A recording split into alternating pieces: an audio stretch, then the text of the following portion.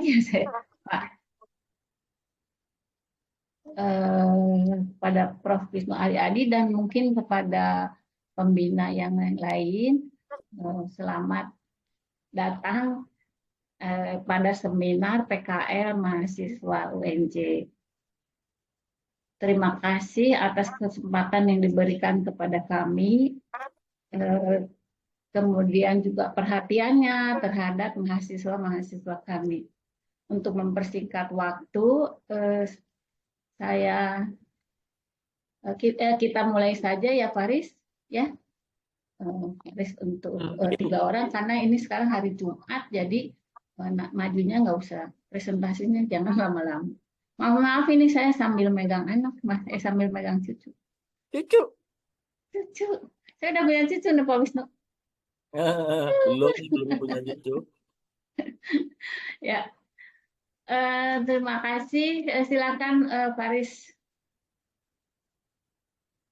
Baik Bu. Ya. Boleh minta tolong di share screen.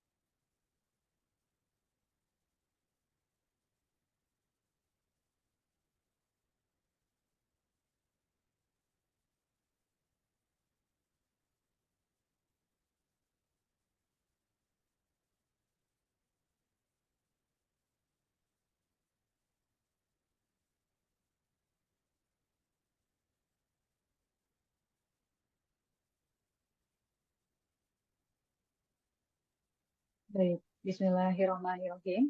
Assalamualaikum warahmatullahi wabarakatuh. Selamat pagi kepada yang saya hormati dosen pembimbing PKL, Profesor Dr. Yusmaniar MSI, dan dosen pembimbing mitra, juga dosen pembimbing lapangan, yaitu Profesor Dr. Wisnu Aryadi, Bapak Mas Hadi MSI, Bapak Dr. Andes Yunasfi MN, dan Bapak Dr. Jan Setiawan MSI. Juga selamat pagi kepada teman-teman sekalian. Saya mewakili rekan-rekan saya mengucapkan terima kasih atas waktu yang telah diluangkan pada pagi hari ini untuk menghadiri acara seminar laporan kegiatan praktik kerja lapangan di Badan Riset dan Inovasi Nasional dalam rangka kegiatan Merdeka Belajar Kampus Merdeka semester 119. Baik, boleh di next slide.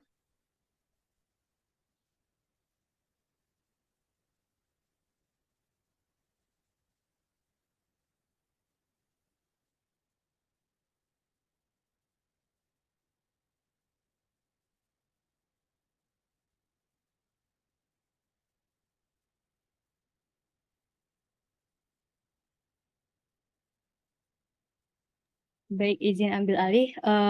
Adapun untuk speakernya terdiri dari Faris Rizky Hermawan, Iqfa Wikoy Khairani, dan saya sendiri Yulia Rahma. Boleh di next. Berikut adalah daftar isi yang mungkin akan kami paparkan, mulai dari profil BRIN hingga penutup. Boleh di next lagi. Selanjutnya akan baik. Oke, selanjutnya ada profil Badan Riset dan Inovasi Nasional atau BRIN.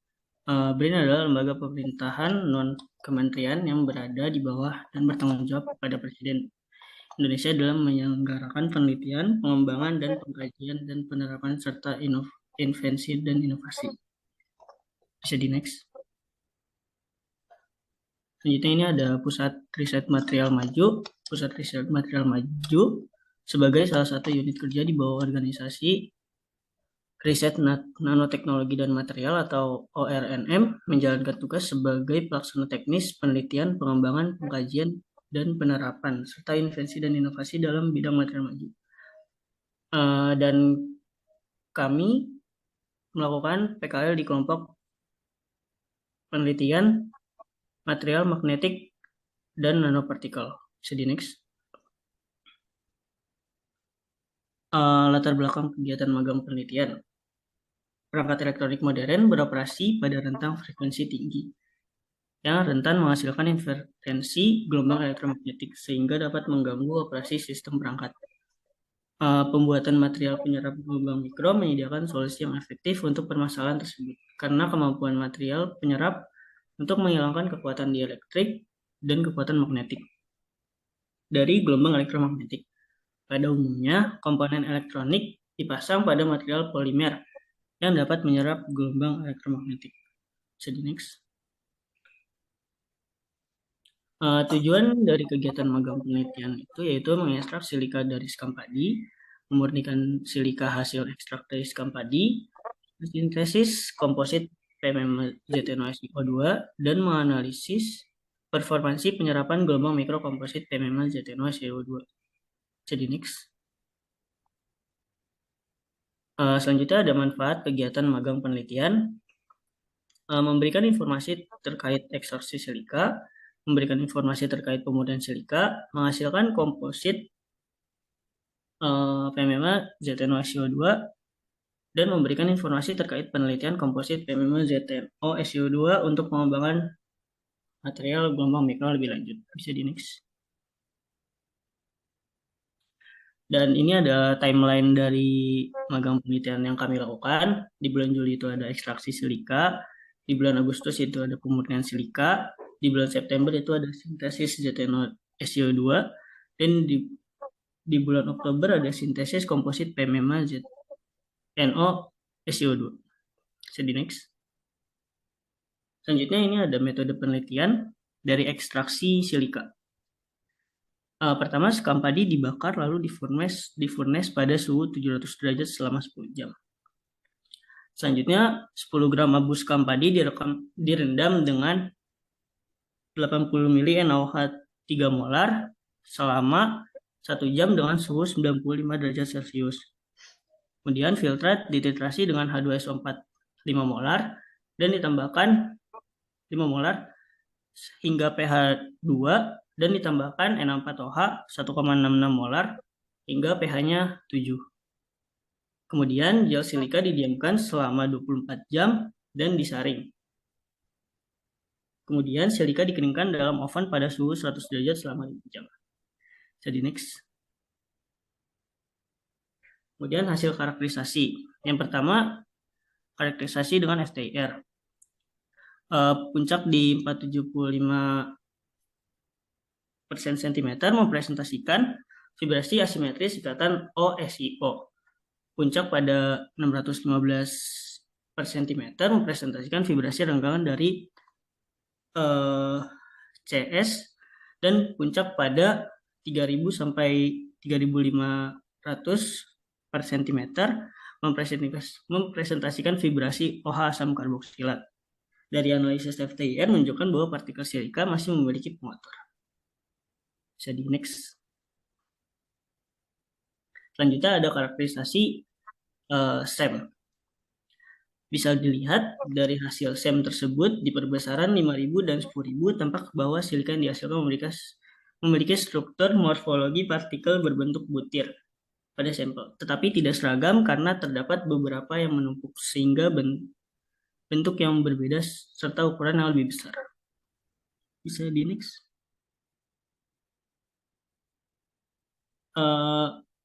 Selanjutnya ini ada spektrum IDS.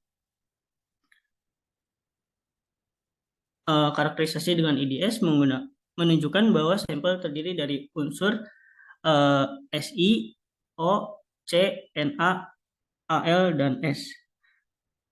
Yang mana membuktikan bahwa bubuk silika yang dihasilkan masih belum murni.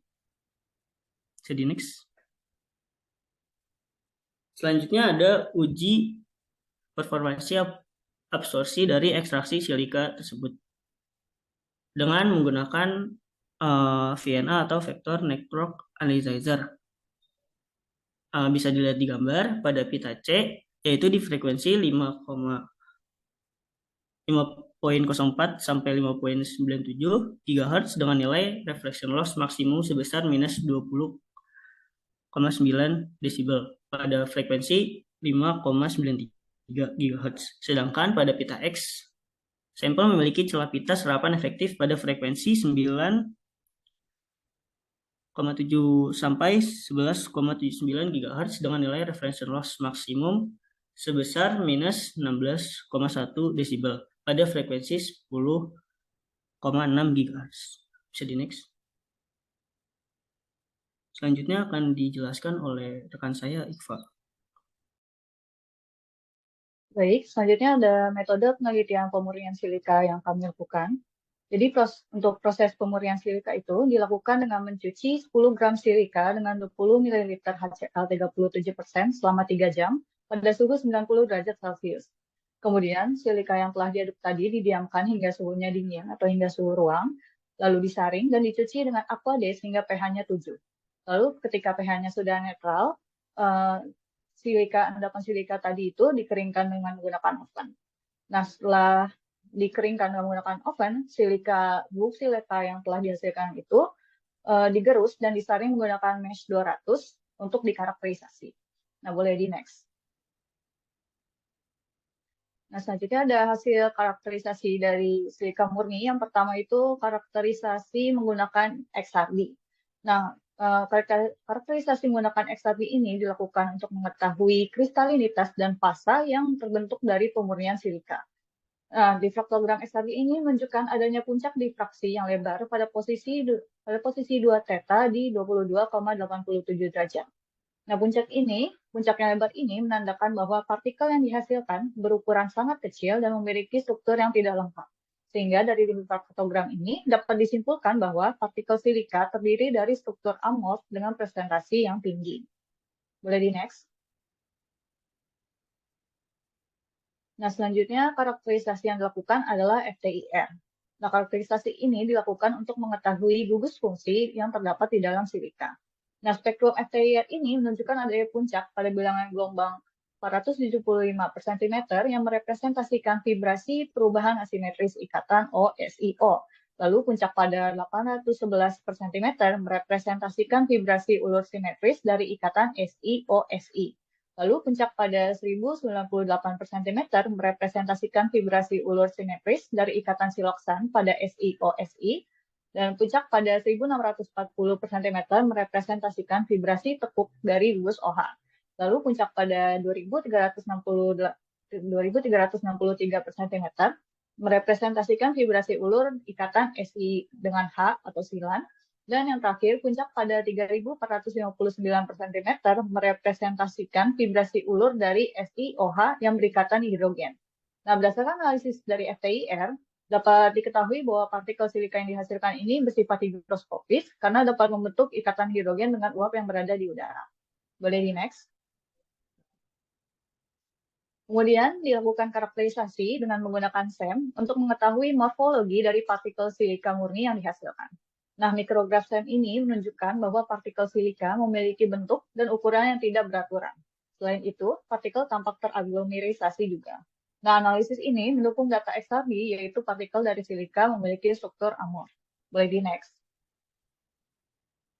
Kemudian, karakterisasi dengan menggunakan SEM ini dilengkapi juga dengan instrumen IDS, dan spektrum dari IDS ini menunjukkan bahwa sampel terdiri dari unsur silikon dan oksigen saja, yang mana membuktikan bahwa bubuk silika yang dihasilkan itu sudah murni. Boleh di next. Nah, yang terakhir, dilakukan uji performansi absorpsi gelombang mikro silika murni dengan menggunakan vector network analyzer. Nah, berdasarkan kurva reflection loss, sampel silika murni memiliki celah serapan efektif atau nilai reflection loss di bawah minus 10 desibel pada pita C, yaitu di frekuensi 4,81 sampai 6,19 GHz. Dengan nilai reflection loss maksimumnya itu sebesar minus 41,91 desibel pada frekuensi 5,04 GHz. Kemudian pada pita X, sampel memiliki celah serapan efektif pada frekuensi 9,7 sampai 11,79 GHz dengan nilai reflection loss maksimum sebesar minus 45,42 desibel pada frekuensi 10,6 GHz. Boleh di next. Nah, untuk selanjutnya akan dijelaskan oleh rekan saya, Yuli. Baik, terima kasih. Selanjutnya adalah proses sintesis campuran ZNO SiO2 dengan menggunakan metode milling. Langkah pertama yang dilakukan adalah menimbang silika sebanyak 7 gram, kemudian dimasukkan ke dalam vial milling, kemudian ditambahkan dengan 3 gram ZNO, kemudian ditambahkan dengan 12 buah bola milling ke dalam vial ball milling, dengan perbandingan 1:5 dalam gram, di mana untuk satu bola milling ini sendiri memiliki massa yaitu 4,8 gram, sehingga untuk 1 gram bahan sampel itu sebanding dengan 4,8 gram bola milling, sehingga untuk total dari yang kita gunakan yaitu 10 gram bahan sampel itu dibutuhkan 12 bola milling, seperti itu. Kemudian setelah bola milling dimasukkan ke dalam vial ball milling, ditambahkan dengan etanol hingga menutupi bola milling di dalam vial ball milling. Setelah itu vial ditutup dengan rapat dan dipastikan agar tidak adanya kebocoran di dalam vial tersebut. Setelah dirasa rapat dan dirasa aman, kemudian dilakukan proses milling yang berlangsung selama kurang lebih 30 menit. Boleh di next? Baik, setelah itu dilakukan karakterisasi menggunakan FTIR, di mana hasil dari spektra FTIR ini sendiri terdapat puncak karakteristik silika dan juga seng oksida pada puncak bilangan gelombang 789 per cm yang merupakan vibrasi karakteristik dari ZNO itu sendiri. Kemudian ada puncak pada 472 per cm yang merupakan vibrasi dari perenggangan asimetris SiOSi atau siloksan. Kemudian juga ada puncak pada bilangan gelombang 1088 per cm yang merupakan perenggangan simetris dari SiOSi. Dan terdapat juga puncak pada bilangan gelombang 1635 per cm yang merupakan perenggangan dari ikatan SiOH atau silanol. Vibrasi silanol ini merupakan puncak karakteristik yang menunjukkan adanya gugus fungsi silika yang diperoleh dari sekam padi, seperti itu. Kemudian selain itu juga ada puncak pada bilangan gelombang di 2360 per cm dan juga 3428 cm yang dikaitkan dengan vibrasi tekukan ikatan OH dan perenggangan OH dari sampel ZNO SiO2. Boleh di next? Selain itu, dikarakterisasi juga menggunakan XRD dan didapatkan 8 puncak pada 2 theta. Hasil pola diffraksi campuran ZNO SiO2 ini dianalisis dengan menggunakan aplikasi Match dan di fitting pattern dengan database 962300113.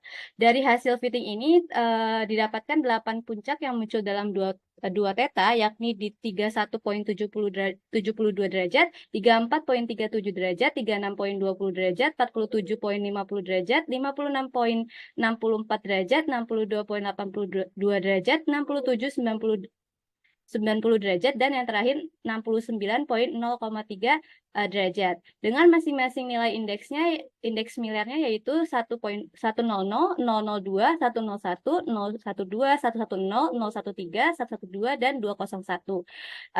Dari puncak dan juga indeks Miller yang didapatkan, ini mengkonfirmasi bahwa struktur campuran dari ZNO SiO2 ini berbentuk heksagonal dengan nilai A yaitu 3.2494 Armstrong dan C yaitu 5.2054 Armstrong. Selain didapatkan nilai indeks Miller puncak dan juga struktur campurannya, didapatkan juga nilai FWHM di tiap puncak yaitu di 0.1304, 0.1304, 0.1304, 0.1727, 0.1289, 0.1640, 0.1475, dan yang terakhir 0.165. Boleh di next lagi. Karakteristik yang terakhir adalah SEM, di mana dari hasil mikrograf ini pada perbesaran 500 sampai 15.000 didapatkan pertumbuhan struktur lancip yang seragam yang merupakan menunjukkan komposit dari ZNO SiO2, di mana ujung-ujung runcing ini memiliki diameter rata-rata sekitar 250 nanometer dan panjang rata-rata sekitar 2 mikrometer, di mana ujung runcing dari struktur ini menunjukkan adanya pelekatan silika kepada ZNO yang dikaitkan dengan adanya ikatan dari gugus fungsi silanol dan siloksan dari silika yang cenderung menarik pada sisi polar ZNO yang berada di bagian batang atas ZNO. Karena di bagian batang atas ZNO ini merupakan bagian yang metastabil atau sebagian stabil atau kurang stabil seperti itu. Sehingga berbentuk seperti puncak-puncak runcing seperti itu. Selain itu juga ada struktur seperti dendrit yang dikaitkan sebagai kompleks seng yang merupakan seng sulfat dan juga seng hidroksida yang dianggap sebagai zat pengotor dari hasil campuran ZNO SiO2.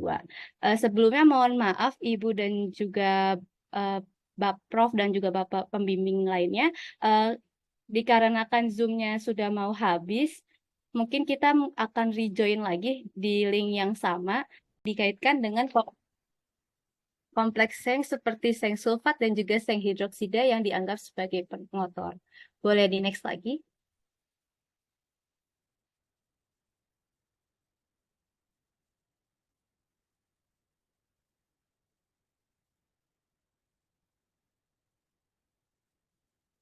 Baik, selanjutnya setelah sintesis campuran ZNO dan SiO2 dilakukan proses sintesis komposit PMMA ZNO SiO2, di mana ZNO SiO2 yang telah disintesis tadi dimasukkan ke dalam sebuah cetakan, kemudian ditambahkan dengan 10 ml PMMA dan diaduk terlebih dahulu secara merata. Kemudian setelah dirasa tercampur dengan rata, baru ditambahkan 1 ml hardener ke dalam cetakan tersebut. Setelah itu komposit didiamkan selama kurang lebih 1-2 hari hingga komposit mengeras. Komposit ini kemudian dikarakterisasi, boleh di next.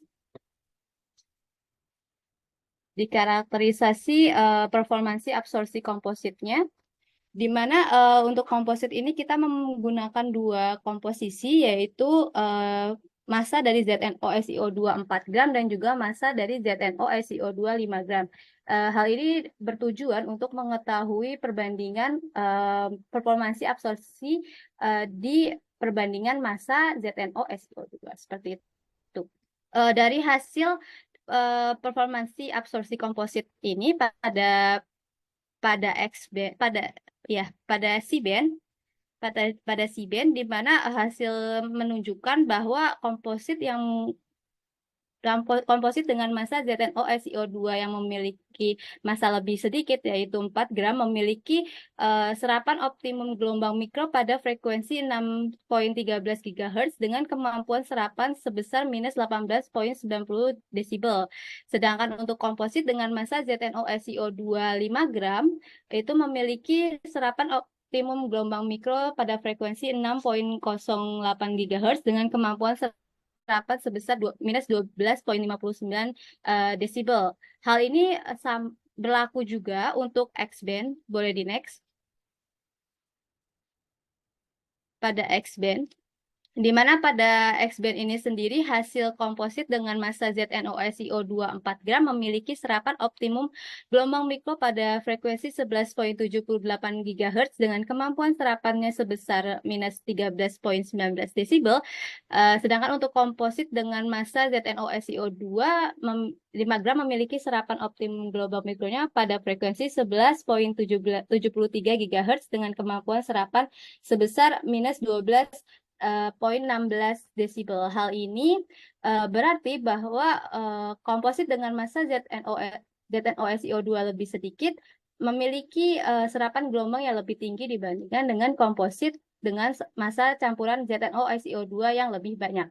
Hal ini diduga bisa diakibatkan dari adanya pengaruh polimer yang bersifat non-konduktif seperti itu. Boleh di next lagi?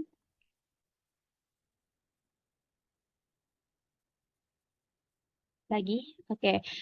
Kesimpulan dari penelitian ini yakni proses ekstraksi silika dari sekam padi berhasil dilakukan dengan cara pencucian menggunakan NaOH dan pengendapan menggunakan asam, di mana dari proses ini dihasilkan yield sebesar 46% dan kemudian silika hasil ekstraksi ini berhasil dimurnikan dengan proses pencucian menggunakan asam. Dari proses ini dihasilkan yield sebesar 16,6%. Dan ZNO-SiO2 yang berhasil disintesis dengan menggunakan metode ball milling dan komposit PMMA ZNO-SiO2 berhasil disintesis pula dengan metode pencampuran. Komposit PMMA ZNO-SiO2 ini dengan massa silika 4 gram memiliki reflection loss maksimal pada pita C atau C-band sebesar minus 8,90 desibel dan pada frekuensi 6,13 GHz. Dan untuk C-bandnya sendiri memiliki nilai reflection loss sebesar minus 13,19 desibel pada frekuensi 11,78 GHz. Sedangkan untuk sedangkan pada komposit PMMA ZNO-SiO2 dengan massa silika 4 gram memiliki pita serapan sebesar untuk C-band yaitu sekitar kurang lebih minus 18 poin, ya seperti itu. Untuk yang 5 gram, maaf, untuk yang 5 gram itu sekitar minus 13,19 desibel pada frekuensi 11,78 GHz.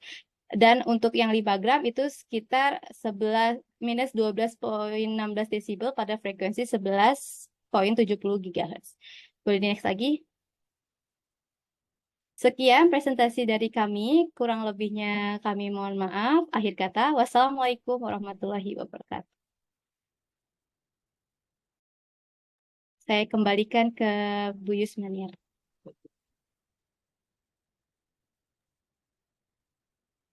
Ya, terima kasih untuk Yulia, Faris, dan Ita. Selanjutnya silakan mahasiswa silakan bertanya. Siapa? Silakan.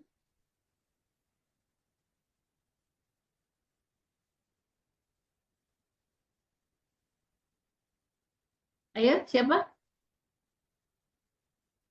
Mohon maaf Ibu, saya izin masuk untuk Ayo.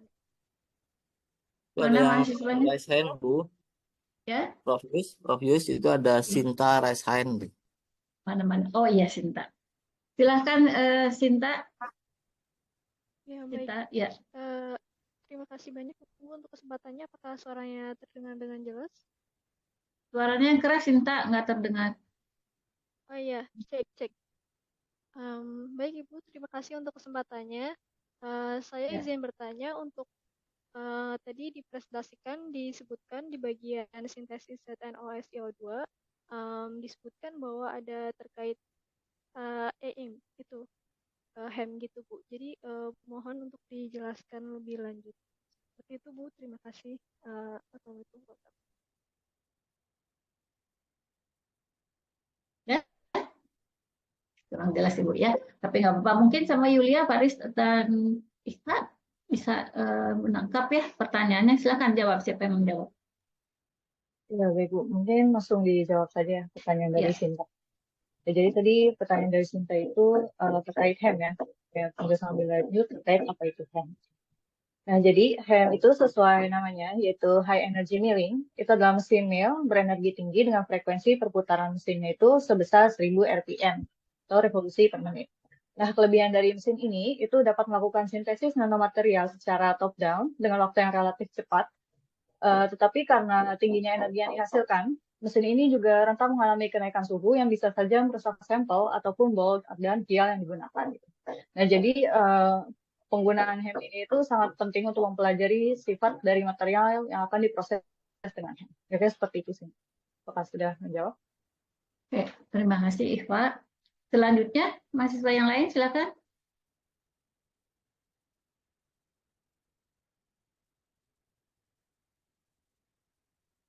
Silakan siapa? Aisyah? Grace mana? Grace. Ya, oke. Siapa? Rafina? Oke. Ya, Rafina dulu ya. Ya, silakan Rafina. Rafina silakan. Oh belum ya. Mungkin Aisyah dulu deh kalau gitu. Aisyah Sabrina silakan. Baik Ibu, apakah Ya, suara saya terdengar Bu? ya terdengar. Terima kasih Ibu atas kesempatannya. Saya izin bertanya mengenai suhu furnace yang digunakan itu kan tadi 700 derajat Celcius ya. Itu kenapa memakai suhu yang sebesar itu ya? Terima kasih. Ya silakan siapa?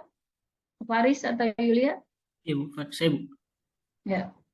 Ya, terima kasih Aisyah atas pertanyaannya. Kenapa digunakan suhu furnace sebesar 700 derajat Celcius? Karena suhu 700 derajat Celcius adalah suhu optimum untuk pengabuan abu skambadi. Hal ini dikarenakan suhu pengabuan 500 derajat masih terdeteksi karbon yang belum teroksidasi sempurna, sehingga kadar silika dalam abu masih relatif rendah. Sedangkan pengabuan di atas suhu 700 derajat Celcius akan mengalami kesulitan proses destruksi karena abu memiliki karakteristik kristal yang tinggi. Apakah sudah terjawab, Aisyah? Udah, Aisyah? Selanjutnya tadi Sudah siapa? terjawab. Oke, terima kasih. Selanjutnya tadi siapa? Rafina, mana Rafina? Baik, Ibu, apakah Belum. suara saya terdengar, Bu? Terdengar? Ya, silakan Rafina. Baik, terima kasih Ibu atas kesempatannya. Saya izin bertanya kepada untuk mengkarakterisasi material itu, apakah bisa menggunakan alat lain selain HEM, dan kira-kira berapa waktu yang dibutuhkan? Terima kasih. Ya, silakan siapa? Yulia? Baik Ibu, terima kasih. Terima kasih pertanyaannya Rafina. Baik, sebelumnya saya izin menjelaskan terlebih dahulu apa itu HEM. Jadi HEM itu adalah High Energy Milling.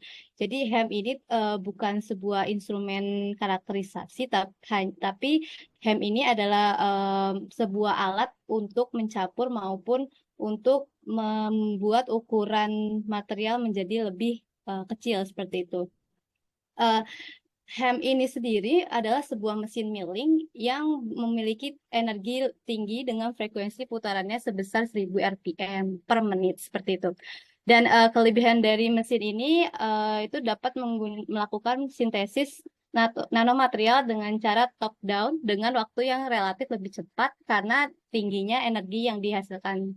Seperti itu. Dan mesin ini juga rentan memiliki kenaikan suhu karena akibat dari energi yang tinggi yang bisa saja merusak sampel ataupun bola dan juga vial yang digunakan. Maka dari itu, maka dari itu kita perlu mempelajari sifat dari material dari sampel yang kita gunakan dan tentu bisa menggunakan alat lain selain HEM, yaitu seperti planetary dan juga ball milling. Tetapi untuk durasi yang dibutuhkan akan lebih lama karena RPM yang digunakan atau RPM dari planetary dari ball milling ini sendiri tidak sebesar seperti HEM seperti itu. Apakah menjawab, Rafina? Ya. Ya, baik, sudah menjawab. Terima kasih, Yulia. Ya, terima kasih Yulia. Sebelumnya tadi saya belum menyapa Bapak Mas Hadi Sunandar, kemudian Bapak Yunasti Yunas dan Pak Yan Setiawan. Ya, selamat pagi Pak. Pagi Bu. Mohon maaf nih tadi saya belum menyapa Bapak ya. Tadi memang agak-agak ini apa namanya masih saya kira moderatornya mungkin mahasiswa nih, jadi saya belum tahu juga. Terima kasih Pak atas kedatangannya. Nah, kemudian dari paparan mahasiswa tadi, mungkin ada yang bisa memberi komentar dari hasil penelitian yang mereka lakukan. Mungkin siapa dulu? Pak Wisnu dulu, silakan Prof. Oke, terima kasih Prof. Yus. Jadi sedikit memberikan ini apa namanya masukan ya. Tadi itu saya melihat ada yang disampaikan Mas Faris itu partikel apa ya? Yang pertama kan yang dipaparkan Mas Faris itu kan sekam padinya atau abunya ya? Ya, Faris. Halo, Mas Faris? Abu ya, Prof. Abunya ya? Mas Faris tadi Iya. abunya ya? Kemudian Mbak Julia itu silikanya ya? Iya, Silika betul, ya. Prof. Faris dan Yulia sama kan silikanya ya? Silika, Sama, Prof. Ya. Saya hasil silikanya didapatkan dari hasil ekstraksinya Faris seperti itu. Makanya silika yang dihasilkan ekstraksi Mas Faris itu partikelnya masih bulat itu pasti ada sesuatu. Makanya tolong dilihat ininya dulu semnya tadi. Mas Faris bisa tayangkan semnya dulu.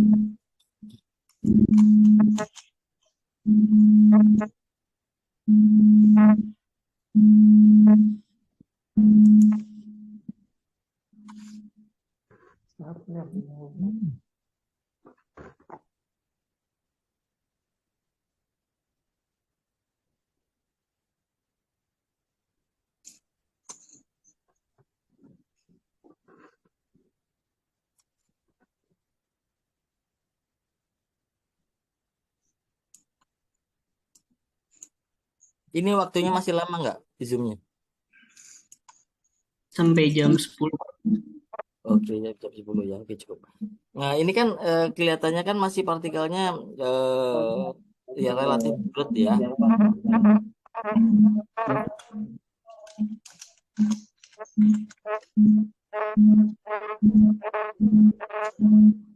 Suaranya kok crowded ya?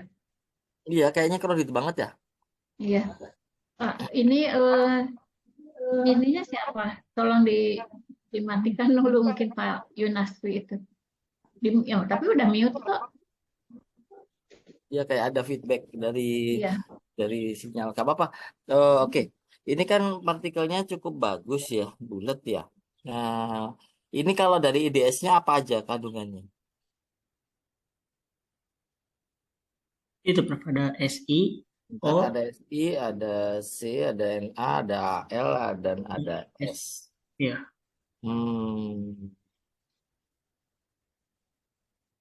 SRD-nya ada nggak? XRD-nya tidak ada, Prof. Oh iya, karena kan masih belum itu ya.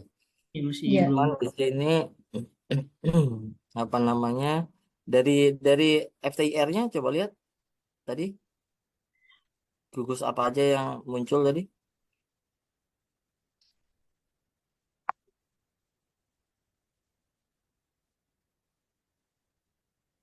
Ini ya Faris. Iya, Bu, FTR ini.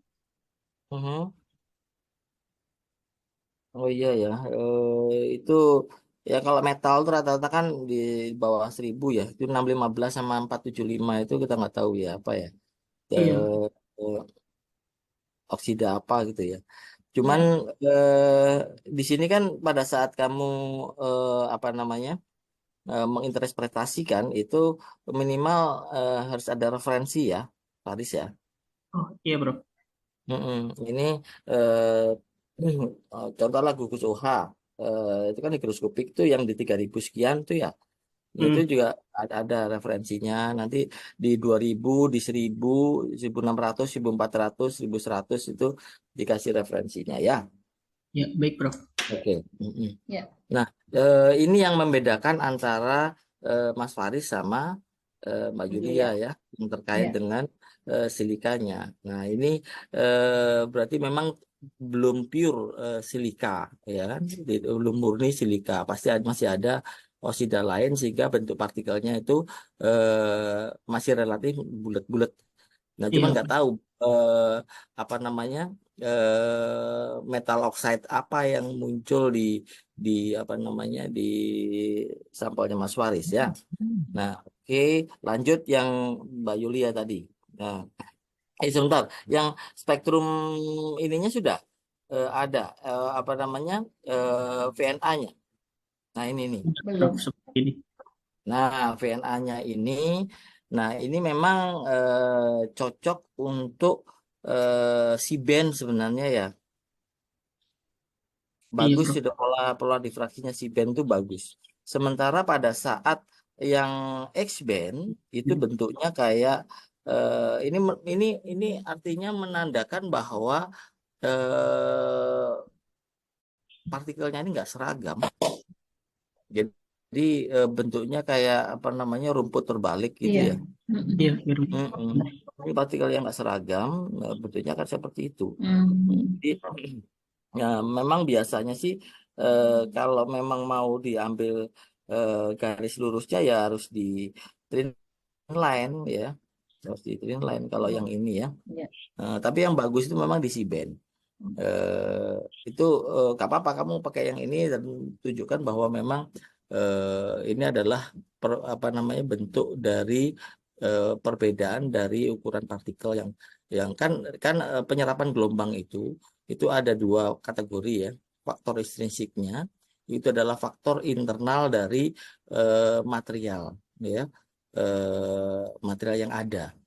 Nah, kemudian pada saat faktor yang eksternal itu adalah faktor morfologi, faktor geometrinya. Nah, geometrinya ini salah satunya dipengaruhi oleh ukuran partikel gitu loh. Nah, sehingga bentuknya seperti ini. Jadi kalau nanti ukurannya partikelnya seragam itu saya yakin kurva reflection loss-nya pun juga akan sedikit smooth ya. Itu Iya. pemahamannya. Oke. Terus lanjut yang silika sekarang.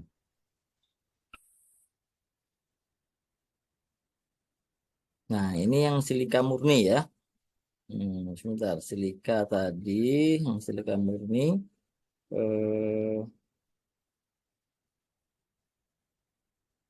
Nah, ini juga relatif bagus ini. Di C-band bagus, di X-band bagus. Nah, sebenarnya silika ini cukup menarik ya untuk diperdalam ya, terutama dari sisi ukuran partikelnya aja. Ini kalau saya lihat dari sisi penyerapannya itu dia broadband di minus 10 desibel. Iya. Broadband sebelum minus 10 desibel itu udah di atas 90% itu penyerapannya. Coba dilihat dari si band juga di atas 5 GHz sampai 8 GHz itu dia broadband di minus 10 desibel. Nah, begitu juga yang di X-band itu malah dari 8 sampai 12 itu udah cukup bagus itu rata-rata apa namanya dia di bawah minus 10 desibel. Iya. Nah, coba kamu lihat ini bentuknya juga mirip ini. Lihat partikelnya. Ukuran partikelnya. Nah, ini silika ini bentuknya pasti dia flek-flek gitu ya. Dia apa namanya? Semacam-macam nih karena enggak apa namanya? Karena bentuknya amorf ya. Iya. Jadi bentuk partikelnya pun juga akan jauh lebih beragam gitu. Nah, inilah apa namanya langkah selanjutnya itu dengan kita milling diharapkan kita akan mendapatkan ukuran partikel itu yang seragam gitu loh. Nah, sehingga untuk dikompositkan itu cukup bagus. Ya, ini ada aglomerasi, ada bentuk-bentuk flek-flek yang lain gitu ya. Ya. Oke, lanjut di situ. Nah, ini DS-nya udah cukup bagus. Iya. Tadi udah. Nah, kemudian masuk ke kompositnya ya. Nah, kompositnya itu di sini tampak nih di apa namanya bilangan gelombang 1088 itu tolong di apa namanya kasih referensi ya. Bener nggak dia ada crosslink antara silika dan ZN ya. SiOZN Cari di referensi. 088 itu perlu di apa namanya konfirmasi. Kalau memang iya betul, berarti memang ada sebuah interface yang membangun crosslink antara SiO2 sama ZNO pada saat ini. Dan ini pada kita nyampurnya itu sepertinya nggak pakai treatment ya. Nyampurnya Kalau nyampur biasa atau gimana? kalau saat nyampur dengan PMMA itu nggak pakai treatment, Prof. Tapi Mm-mm. saat nyampur ZNO-SiO2 menggunakan metode ball milling seperti itu. Just ball milling. Iya, betul, Prof. Oh, sebentar. Hmm.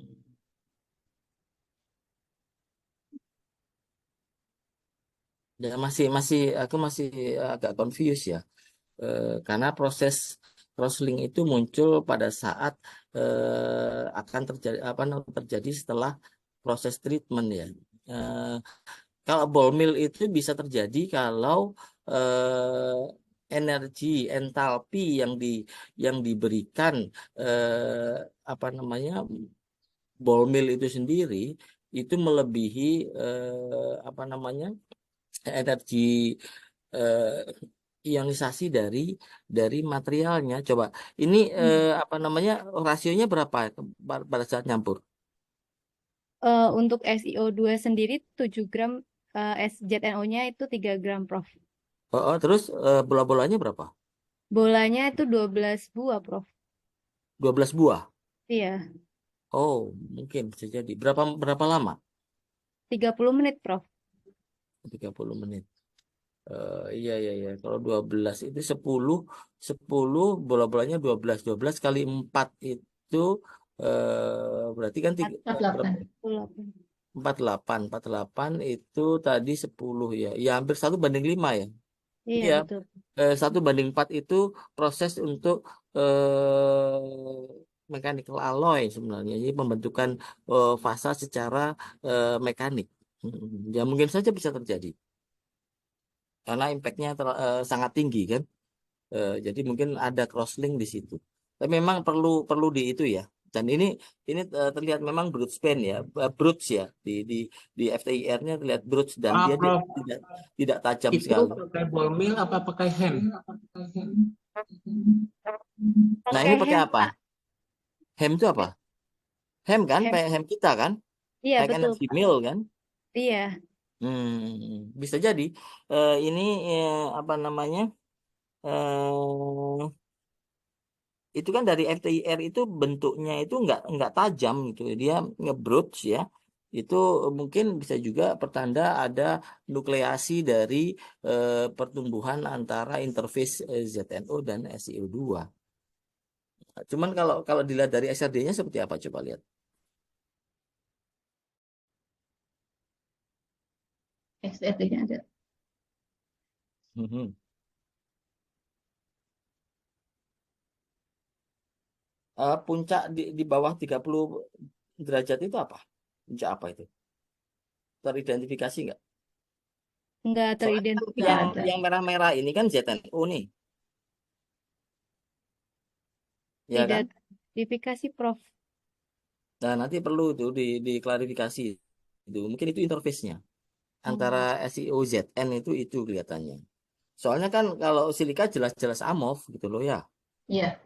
Nah, jelas amorf itu ya pertanda yang warna biru belendung itu Iya. amorf itu. Mm-mm. Silika. Nah, di situ ada dua puncak yang minimal mewakili interface itu. Nanti itu menjadi satu satu apa namanya ini baru ya. Dan itu kelihatan mengebrut juga gitu loh, besar nggak tajam-tajam gitu. Iya. Itu artinya memang ada sebuah new phase yang menandakan nukleasi apa namanya pembentukan fasa baru kelihatannya antara Si dan Zn. Oke, lanjut.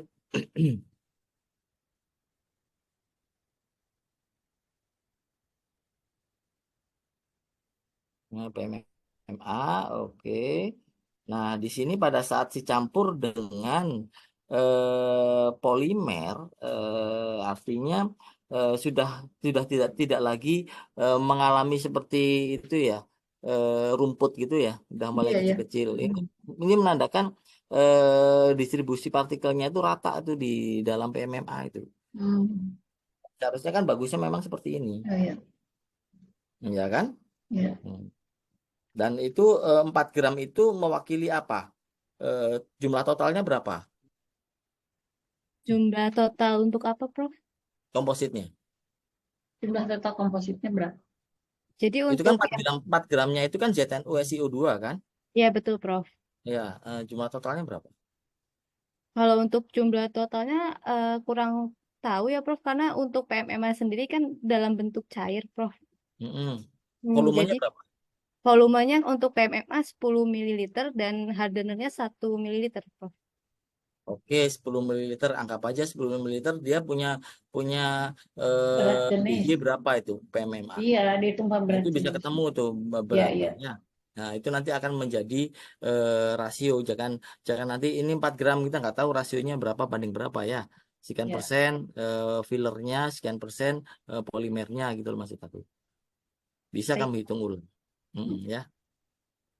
Dan itu eh, bagus ini menarik. Jadi semakin filler semakin besar, artinya penyerapannya juga semakin kecil gitu loh ya.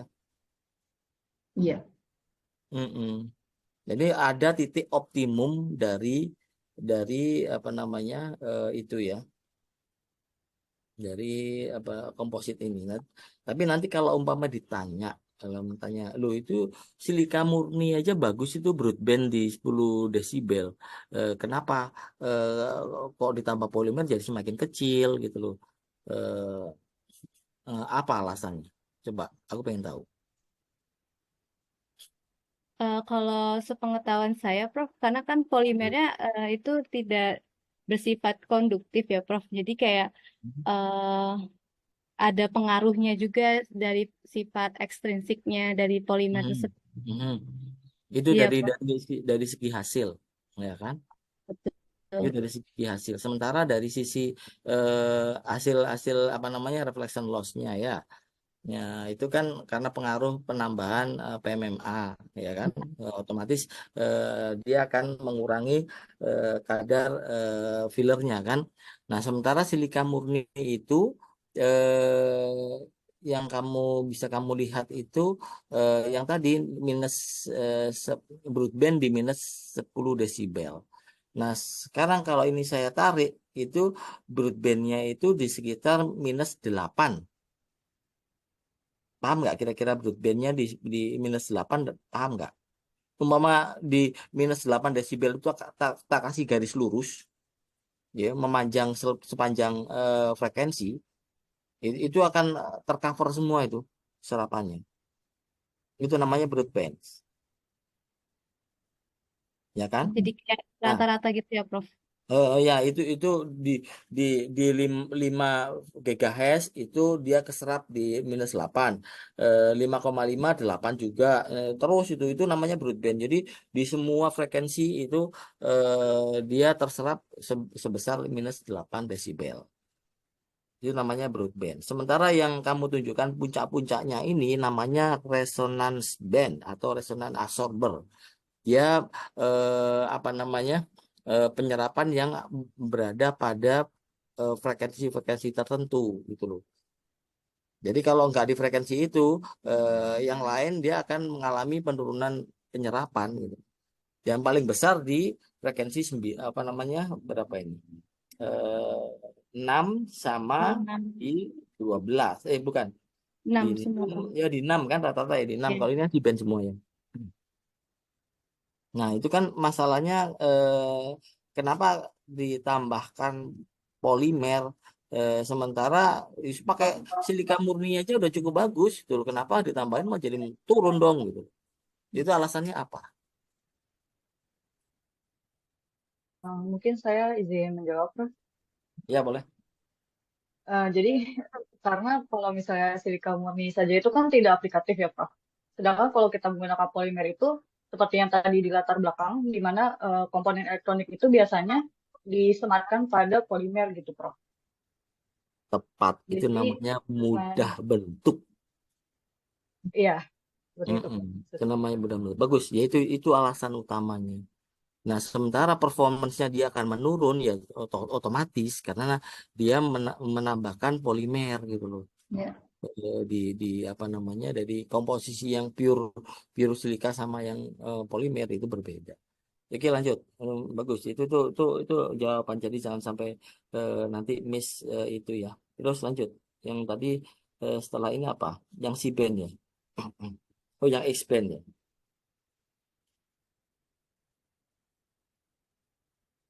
Di X-band pun juga tambah turun ya. Memang bagusnya di C-band kelihatannya ya. Tapi nggak apa-apa, bagus untuk apa namanya pengayaan ya. Pengayaan apa namanya informasi dari X-band itu seperti ini, dari C-band seperti ini. Dan memang kalau aplikatif Anda itu mengarah kepada apa namanya penyerapan handphone atau telepon seluler atau surveillance itu cukup di C-band. Nah, sekarang itu Amerika itu sedang mengeluarkan apa namanya frekuensi telepon seluler itu di 5 GHz gitu ya. Nah, itu cukup bagus itu karena semakin tinggi frekuensinya dia akan efek ke dalam otak itu juga akan semakin besar gitu loh. Kalau pemakaiannya ya karena kan yang di di L-band sama S-band itu sudah penuh kelihatannya, makanya bergeser ke C-band sekarang.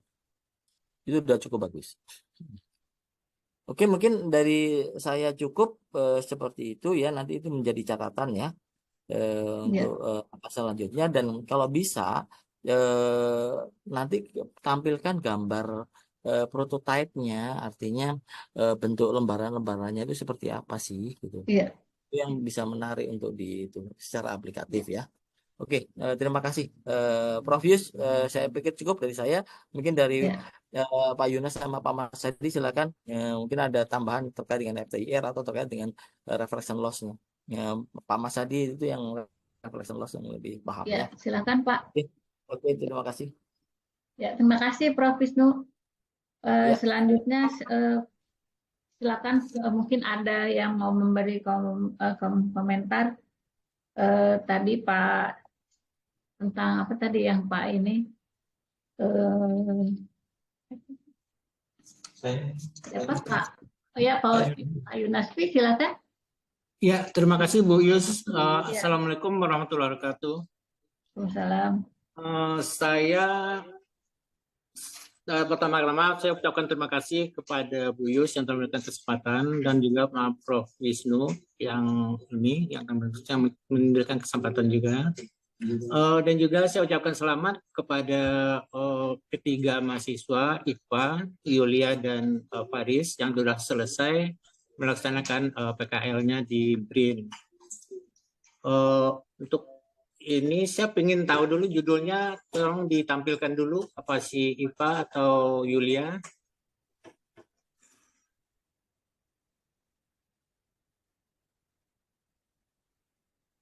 Oh ya. Judul kegiatannya apa? Judul penelitian kami itu sintesis dan karakterisasi